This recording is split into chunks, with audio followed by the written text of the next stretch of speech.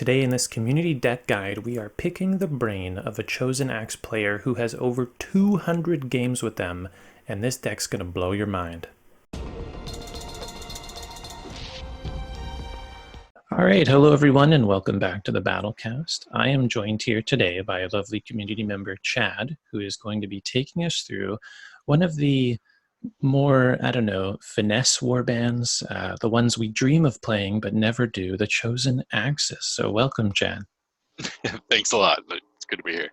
Nice. So tell me a little bit about yourself and your previous tabletop experience prior to Warhammer Underworlds. Well, I've been a competitive gamer, I don't know, since about 94, 95, range. And as far as tabletop games, mostly started with Warhammer Fantasy many years ago. Just dabbled. I mean, I had full army, but didn't play a lot of tournaments or anything. And then there's a lot of card games in there, in my history. But as far as miniatures, I played the Warcraft minis game a lot. That game. Holy, I didn't even know that was a thing. Yeah, definitely. It just lasted a few years because there was some kind of licensing issues. Yes, typical. Yeah, but it was a really great game. It was hex based, so there's some overlap there. That's was helpful. And then I play a lot of War Machine. Oh yeah.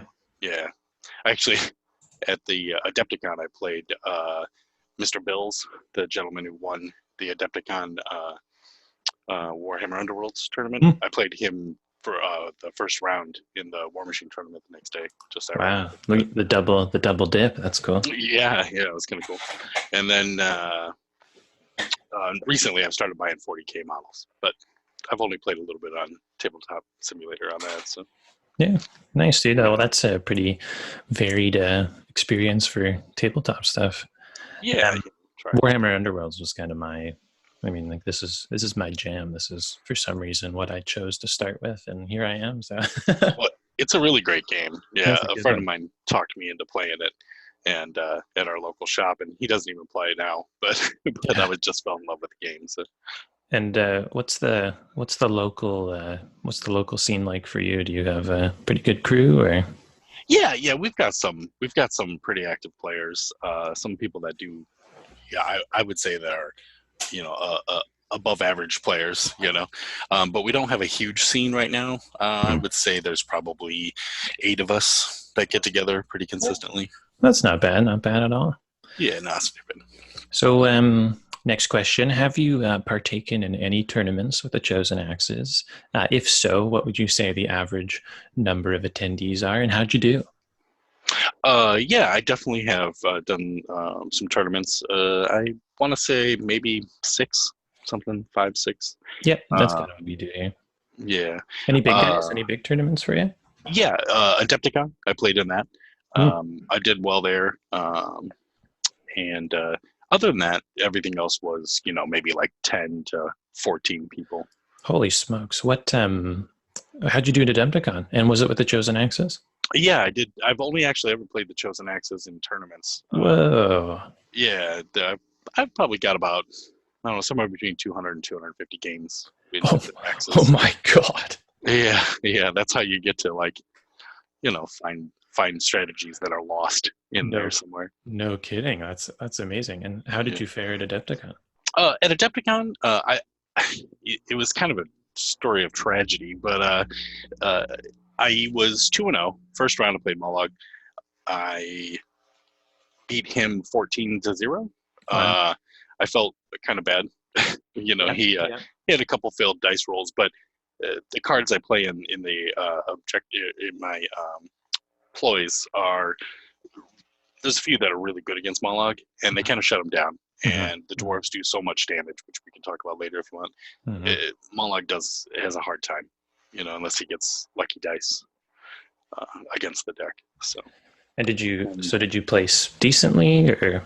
Well, I ended up losing to Bills in round 3. Not the Bills that won, his brother Bills that was playing the other Mollog deck. So that was my only loss on the day. But I lost to him. I had to concede. I got a call from my wife Okay. and our cat had to be put down because he had a Ah, terminal illness. So I had to drop, the round, and it was, yeah, the that sucked. But anyway, responsible thing to do. I'm sorry to hear about that. That's not yeah, what you want thanks. to Yeah, hear during no, a tournament. Yeah. yeah, definitely not. Especially like yeah. But anyway, so With uh, so for the chosen axes, so why do you love the chosen axe? What makes this warband attractive to you? I chose them. First, I chose them purely for the sculpts because the game was brand new and Hmm. they had just come out. And there really wasn't anything to go on yet. Yeah. So Yep. yeah, purely for the sculpts. But I keep sticking with them because I just think that they play much better than people expect, and they don't Hmm. play the same way that other things play, Hmm. and so people don't know how to play against them. If that makes sense. Yeah. No, I So, mean they're definitely a warband that I dabble with and I do okay, but they never really grabbed me, and mhm. especially when compared to Thundrix, I mean, you're like it's like, oh, this doesn't seem like I should take the chosen axis, but Yeah, with Thundrix, I mean, maybe they will definitely see the sideline a little bit more. Yeah, Thundrix says the consistent gunshots is rough for sure. yes. Now I have your deck open here, Mhm. and I'll have it on the screen for the viewers. And so, Awesome. firstly, I'm going to say this is not a deck that I like. I would not have built this deck the way you have, and that has me very excited. I mean, I love that you've got the newer cards in here, and I also love that some of these cards I just can't wait to hear the explanation for. Um, you've got 15 total glory from objectives, 5 score immediately, 6 end phase cards, and 1 in the third end phase. So we'll start with objectives. And yeah, why Yep. don't you just kind of take us through why you chose them? And again, if they're simple objectives that make a lot of sense, like strong start, you don't need to do a big old explanation or anything. Okay. Sure. Um, so most of them are going to be simple explanation things. Mm-hmm. Opening gambit, obviously, because I have so many very easy um, score immediately cards. Mm-hmm. Opening gambit is pretty simple. Mm-hmm. Strong start. Once again, dwarves. This whole thing is basically about killing something. So that's Absolutely. there. Yeah. Shining example.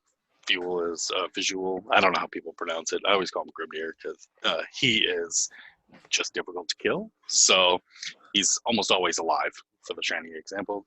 Good. Um, keep moving is something that I am like just kind of put in because there's always a couple flex cards, in tournaments that I play in. So Yeah, like so keep moving to me seems like yeah, so like how do you use this card well? Like what's the thought behind it?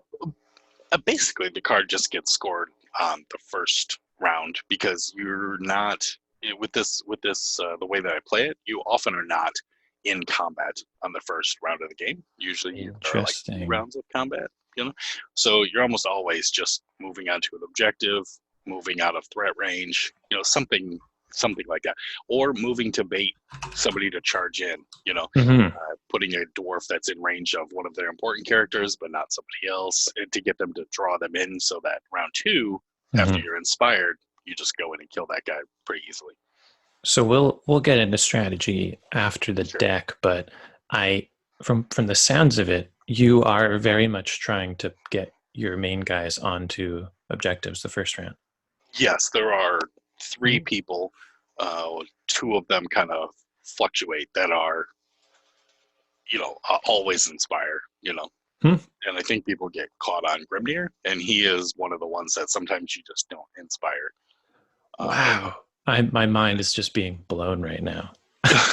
Okay, so because I play this deck, I play these guys where it's like, it's basically like a backline assassination game with Grimner. You're just like hidden pathing them in and going to town on people.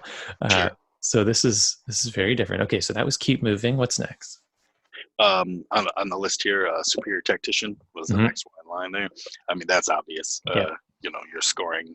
I average probably 7 to 8 objectives other than Superior Tactician. Hmm. So there rarely is a game where I don't score it.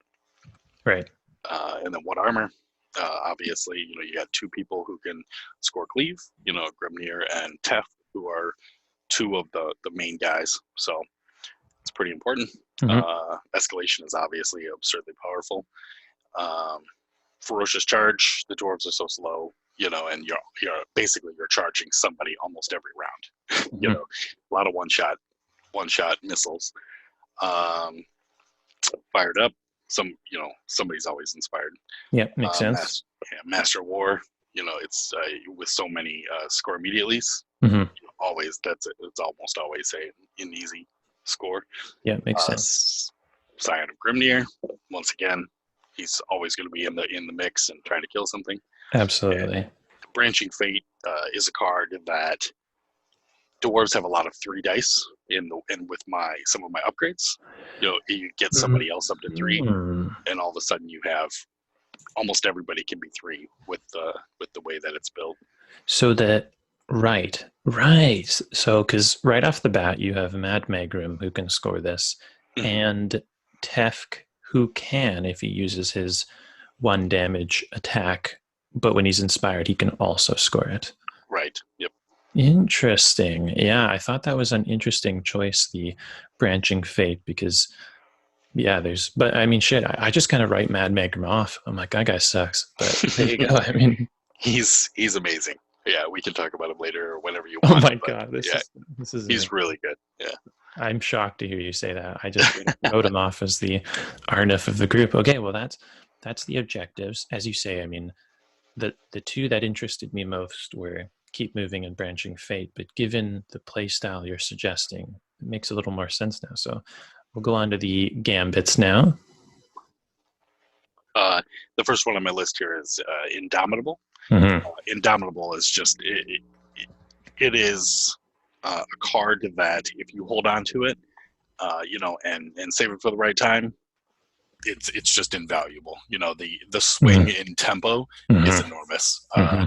You got your Mollog, your Magors, your whatever. I mean, everybody's looking to shoot for that 4 damage hit, and so Indomitable, it allows you to really put a dwarf in a bad spot and at the end of a round, or closer to the end of a round, which gets you to the next round because they just can't kill him with their last activation or whatever.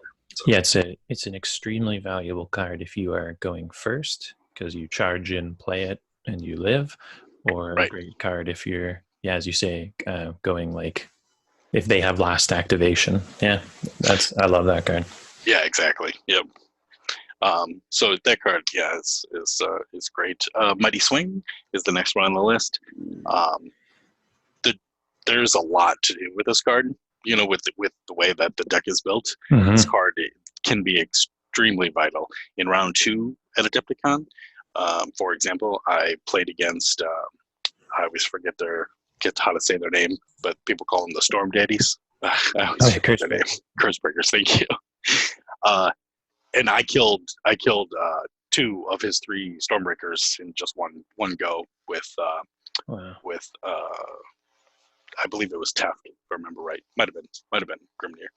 But anyway, and that game, they are then like, they can't. No, that's it. Yeah. Right. So you can set up the swing even against the 4 health guys, or any of the goblins, the ghosts, etc. I'm terrible with the names. Sorry.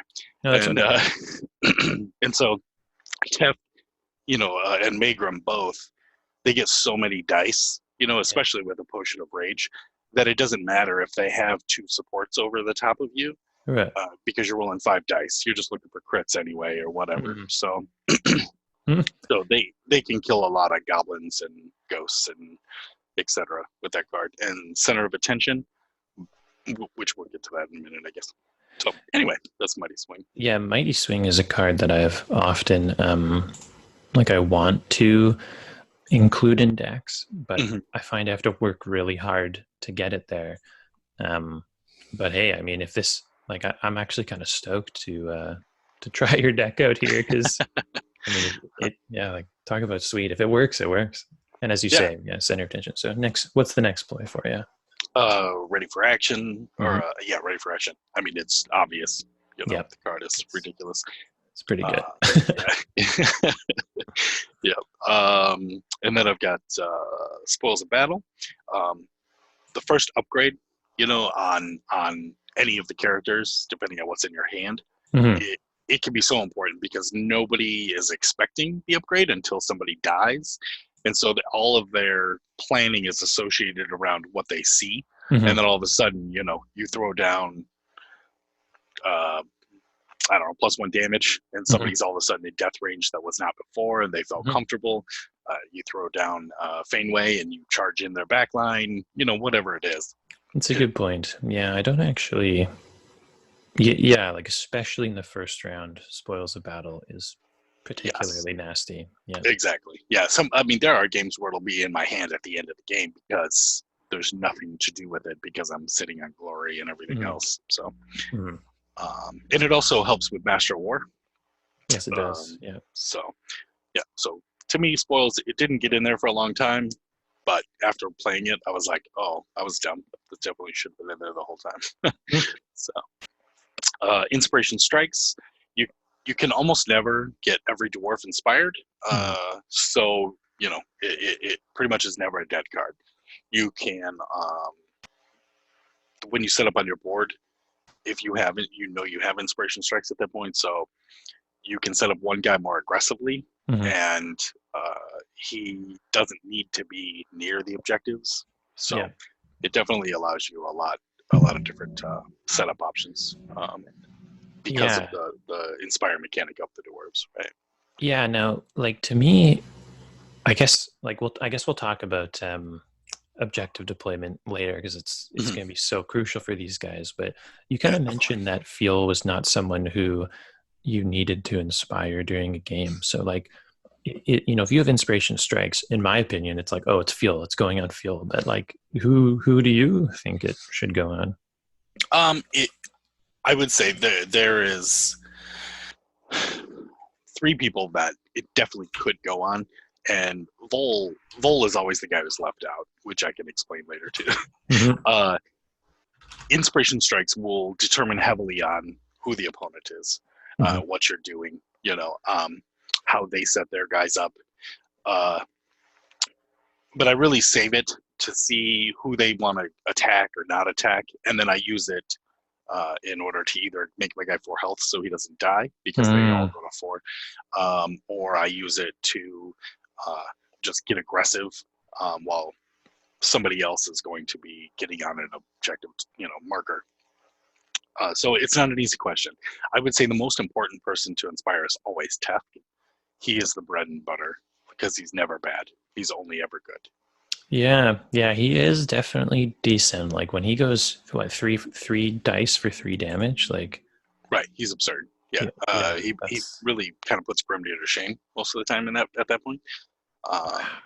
People liked 4 damage, right? Like, 4 damage, but which is great. But 2 attack dice is like, yeah, it's pretty high risk, high reward. Yeah, consistency is what this deck is all about, is just being consistent, knowing what you're going to get and what you're going to do, and you don't gamble a lot. Yeah, nice. No, that's cool. All right, that was Inspiration Strikes. What's next? Center of Attention. And Center of Attention helps you set up the Mighty Swing. Because you can pick anybody. So, you can get yourself extra assists. It's a card that I've only played in maybe 20 games, something like that.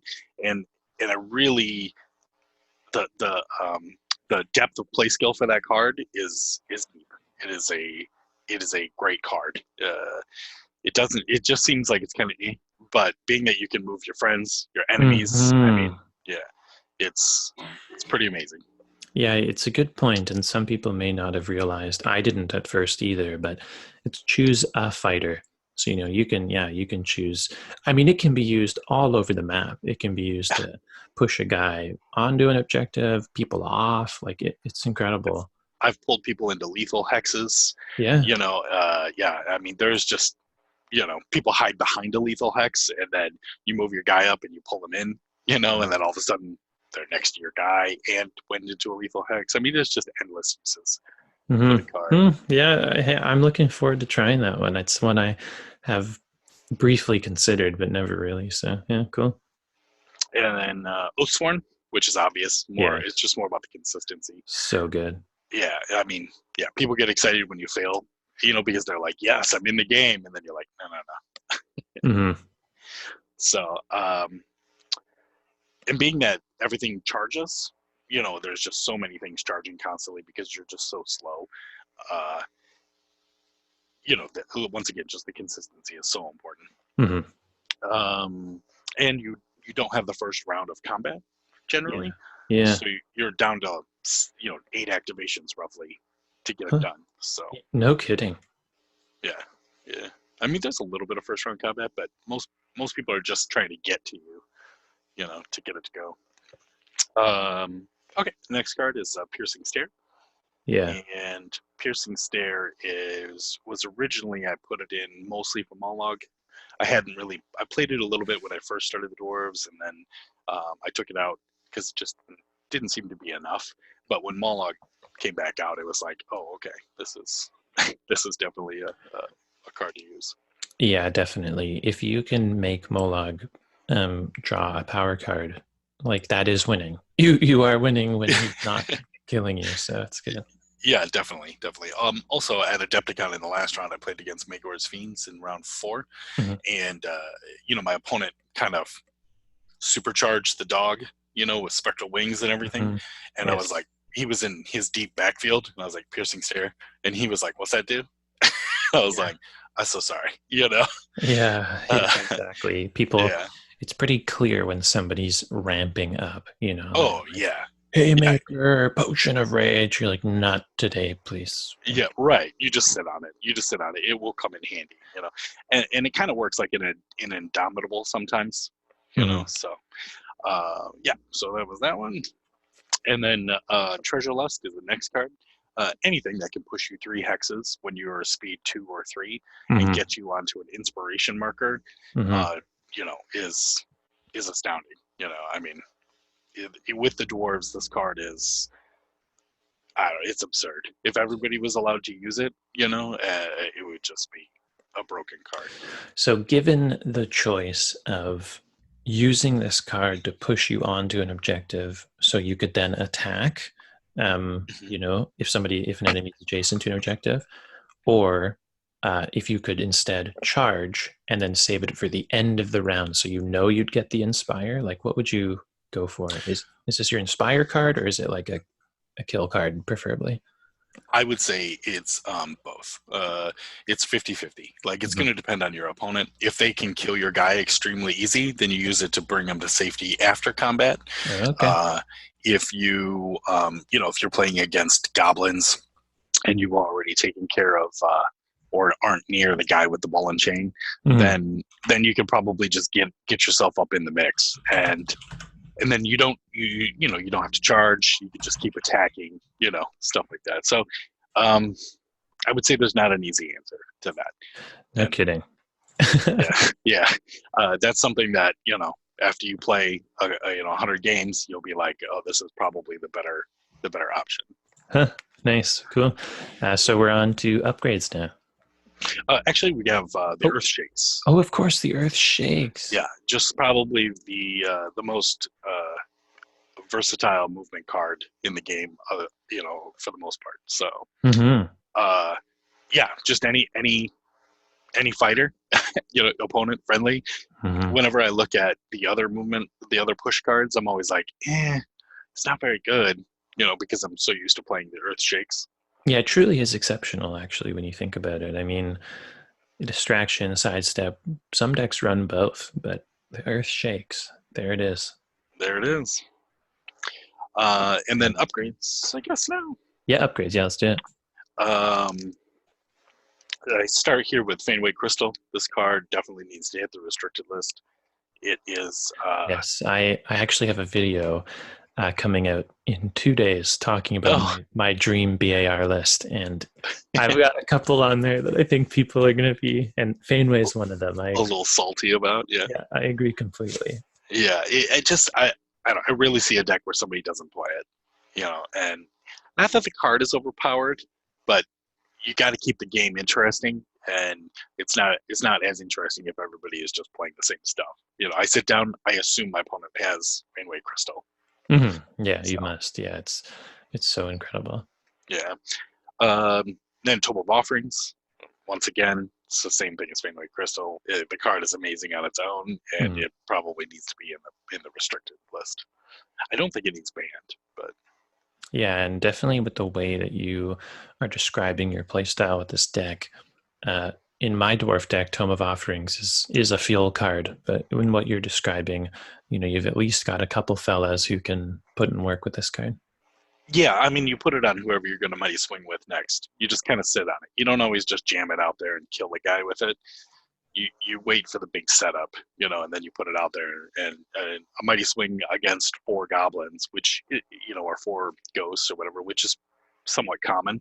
And all of a sudden you score, 2, 3 extra bonus glory on the 1 attack. Jesus. This playstyle you're talking about, it's just blowing my mind right now. Like, I don't know if I've ever actually played an offensive deck where you're trying to, set something up, because you're having to think several turns ahead for sure. For sure. Yeah, definitely. I mean, often when I start a specific round, I'm already trying to plan out what I'm going to do on the 4th turn. Yeah. And what I think he can do to disrupt that, and then not signal what I'm planning to do in the process, because signals in this game can be exceedingly obvious. Yes, they can. And so, yeah, not tipping them off is a big part of it. So, wow. Yeah. Incredible strength. You're always looking to get to the 4 strength mark, or 4 damage mark, that allows so many opportunities in the game. So many of the best decks have a number of people who are 4 wounds. And so, I mean, it's just obvious, I guess. Yeah, definitely. And just a quick little side note about it, like the dwarves have a character that gets to 4 when he's inspired easily, or just with, if you don't need cleave, then you can drop the strength on him and not bother inspiring him. You're at 4. Tef, after inspiration 3, obviously, but then just 1 upgrade, he's at 4. And Vol, if your opponent has a lot of 4 health guys, that's when you actually might want to inspire him, because then once again, you just throw a strength on him, and then he's at the 4.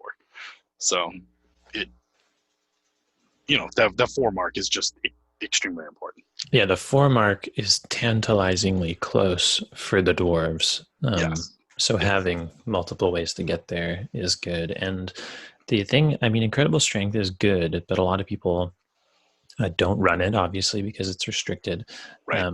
But it's important, because if you draw great strength in your opening hand and everything else is shit, at least you can find incredible strength later.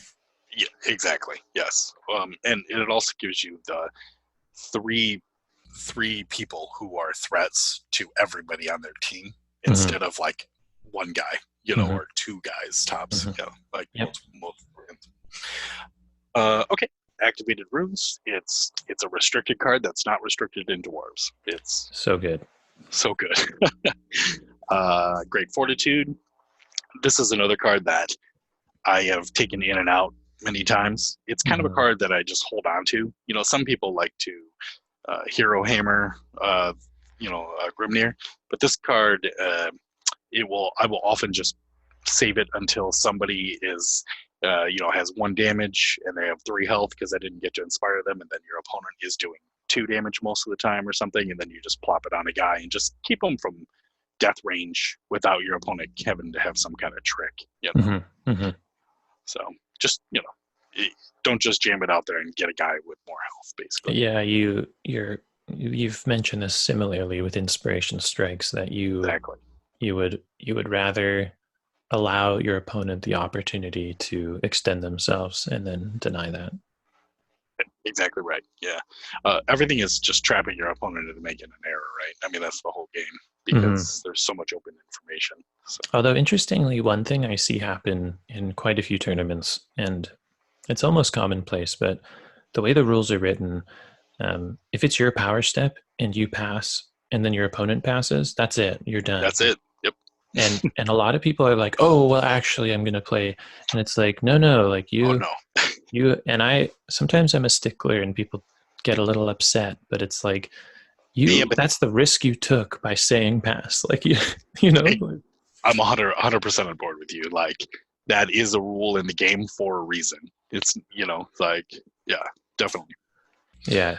And your play style, I think, or your mentality would, yeah, like it's an advanced level thinking that plays on that, that moment. It's like, you're playing a card. Well, now I'm going to, or I'm passing because I feel like you're going to play a card, Yeah, 100%. Yeah. Yes, that's exactly right. Yeah, that's great.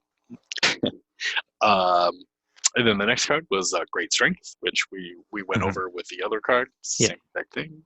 Um, Light Armor. This card, people get very excited when they hear the downfall of this card when they're your opponent, Mm-hmm. But they have to have a guy that's alive to take advantage of it. Yeah. So I'm a really big fan of Light Armor. I think this card, it should just be in so many more decks. Mm-hmm. If you're not rolling 2 dice for defense, then you probably should be using Light Armor. Yeah, it's a good point. I mean, it's not like you're going to put light armor on at the end of your activation. You're putting it on before you're going to try and kill someone. So Exactly. Yep. Exactly. Yeah. I mean, if it's worth re-rolling a die and that card's restrictable, then I don't understand how giving up a 17% chance on a single die to stop damage isn't worth, increasing, to 3 dice or to 4 dice and be able to, hit so many more attack crits. yeah, having a 17% chance to defend. Yeah. Right. Yeah. I mean, sure, it's okay, but it's not that great, especially when you're looking at your opponent rolling 3 dice and he just needs 1 crit to cancel out yours and then a success after that. Like, it's like, Yeah, you might as well. Right. That's how I feel. Yeah. And also the dwarves get 4 health. And so in a lot of matches, they're beefy enough that it doesn't matter if they get hit. Mm-hmm. They'll live through a single attack and then to require a second anyway. So yeah. Tome of Glories. Very interested about this. Yeah, so this card, when it does come up, obviously you need to see it in the first round, maybe second round. But Vol or Megrim will often not partake in the battle as much. It really depends on, because you only have 4 activations, you have 4 guys. So if somebody is attacking twice, they didn't get upfield early game. Like if somebody came into you and you stood next to them and just attacked them twice. Mm-hmm. So early game, they're often going to be back a little bit farther on the field. And so you just stick them on the objective and you guarantee yourself, a 2 glory bump to put out upgrades to make sure that the other guys can get the work done while they're up front. So how often are you drawing power cards as actions? Almost never. Almost never. I mean, maybe round 3, if they're killing people, I have 2 guys alive. Then maybe in round 3, but before round 3, I would say basically never. Wow. So, great speed, obviously. You just get that surprise speed in, and it's just feels. Some people would say Spectral Wings is just better, but the ploys are so tight all the time that I disagree. Right? Like I think Spectral Wings is, unless you have something really important in mind, I think Spectral Wings is kind of a trash card. So. A trash card. You heard it here first, ladies and gentlemen. I would beg to differ, but I could definitely with this deck. Yeah, it's just so easy to shut down. Maybe I'm biased because of Piercing Stare or Indomitable. Sometimes I want to put invisible walls in. Yeah, you've teched yourself against Spectral Wings pretty well. Right, and so maybe I'm a little biased. And then the last card, Potion of Rage, which is obviously another card that you are saving for a setup. So that is the deck. We've gone through it all. And a lot of decks I see the explanation, or you can formulate in your head how to play them pretty easily. But this deck I definitely think deserves a little more explanation because it is quite interesting. So I wanted to talk about just general strategy briefly. And it's it's like a killy deck, but you're also, as you say, first round, there might not be combat. You just have to decide whether they're going to be defensive and hang back, so you have to deploy aggressively, or vice versa. If you had your preference, or if you Mhm. had your preference, or generally, would you say that this deck is a defensive deck? Like in the sense that if you had your preference, your opponent would come to you? Are you familiar with card game references like Magic the Gathering and stuff? Sort of, Like, yeah. okay, so I would call this mid-range. Right. Yeah, mid range, yeah. Yeah, for sure, mid-range. Yeah, if your opponent is playing, um, objective control, then Hmm. you are going to be the aggressor. Yeah. If If they're on the extreme end of either spectrum, you're going to exactly, have to fulfill the other role. Yeah, makes sense. exactly. Objective placement seems very important for this warband. Where do you want the objectives placed when you're setting up? Do you want them, on your side so you can inspire prior to the fight, or do you want them kind of in the middle so you can fight and use them to move to? Once again, it's definitely going to be dependent on your opponent's warband. Uh, Let's say, I mean, let's say like the Thorns of the Briar Queen, who I think are going to be probably the most common hold objective warband we see. What would you kind of say for them? Definitely, then you want to get it up near the middle of the board as close as you can. Mm-hmm. Dwarves can only move two, so you do need to keep them somewhat close to your starting points. Mm-hmm. Um, but yeah, I think the easy answer is, if your opponent is defensive, deploy them upward. If your Mm-hmm. opponent is aggressive, deploy them backward. Because anything that's aggressive is pretty much going to be able to one-shot a dwarf before it's inspired. Mm-hmm. So you just don't want to be in range with your good characters. Yeah. So you're So gonna keep them within two, I suppose. Obviously.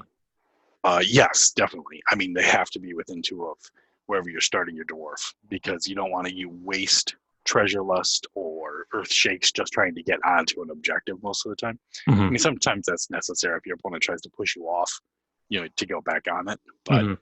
yeah, basically you want to try to save those cards for something more important. No kidding.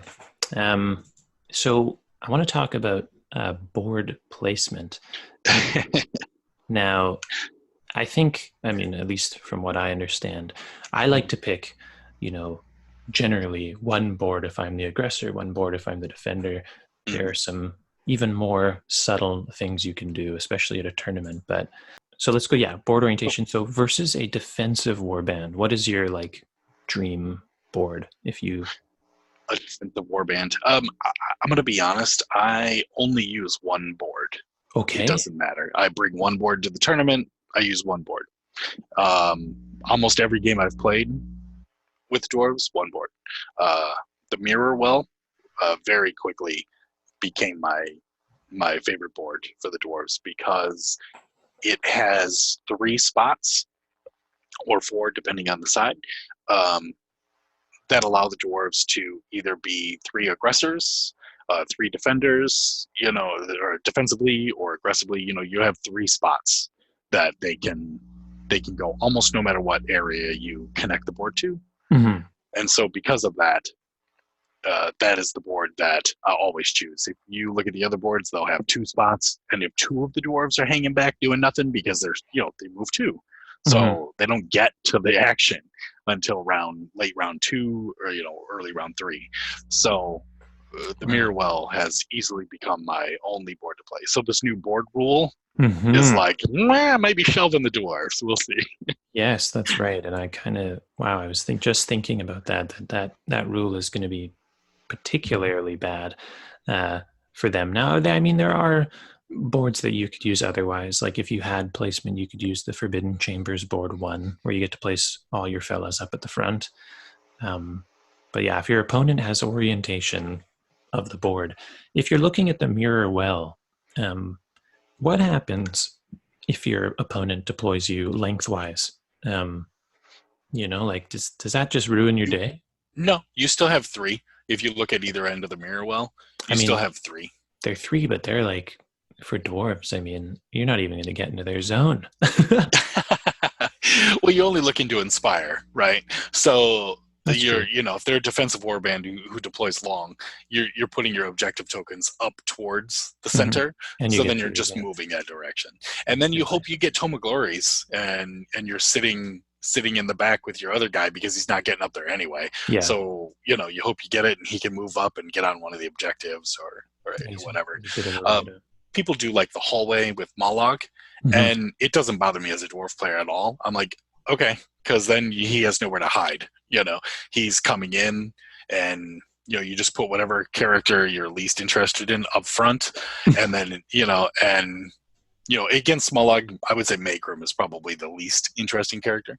Hmm. So you put him up front in a spot. He charges him first because he's the guy that's in range, and then you have two other characters, that got inspired that get on him pretty quick after that. So Right. Yeah. So spacing, yeah, very, very important. Now matchups. Who do you love to play with these guys? Who's the warband where if you could just roll them over, you'd pick them?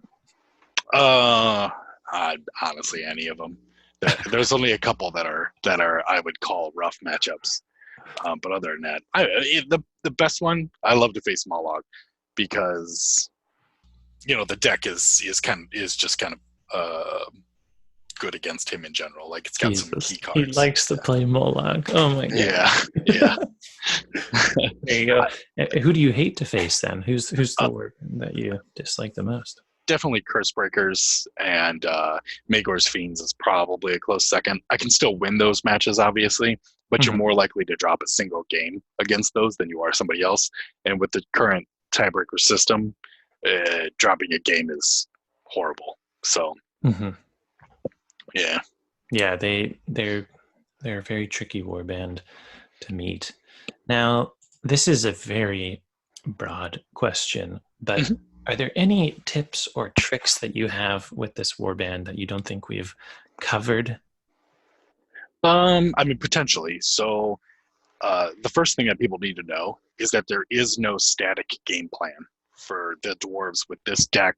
There is absolutely no static game plan. There are so many variables, obviously, during a game, and the deck is kind of designed to problem solve whatever is going on now, whatever you have access to now. And so that is a huge thing. Just be ready to adapt every game, and that just takes practice. No kidding. Yeah. I'm getting the sense that if I were to summarize some key points that I think I've picked up here, if somebody was going to try this, because again, this deck is not a straightforward deck. It's very clear. We would say inspiring round one is important. Yes. We would say using a character, sacrificing a character so that you can set up a mighty swing is worth it. Generally, yeah. Okay.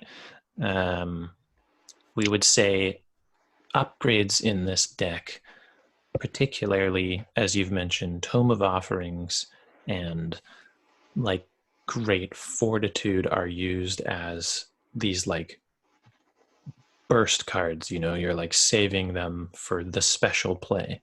You're not just throwing them on for fun. Right. Definitely. Yeah. Okay. Wow. And fuel.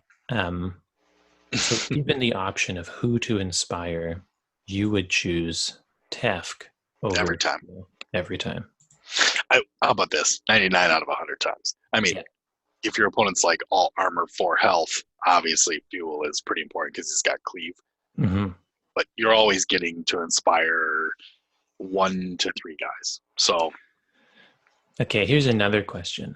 Given the option of charging fuel round one, or I guess this kind of makes sense because you say fuel is not necessarily one to inspire. Given the option of charging Tefk round one for not a kill or inspiring him, like would you rather do the damage and get him close to death or put Tefk on an objective to inspire? I'd rather inspire him most of the time. Rather inspire. Most of the time, yeah. Vol is the guy that you put in there to get damage on people. Because he's pretty consistent, does half of people's health usually, or more. Sometimes he kills an entire character. Inspiring him is less important unless your Mhm. opponent has a warband of all 3 health people, and then he would take precedence over Megrim.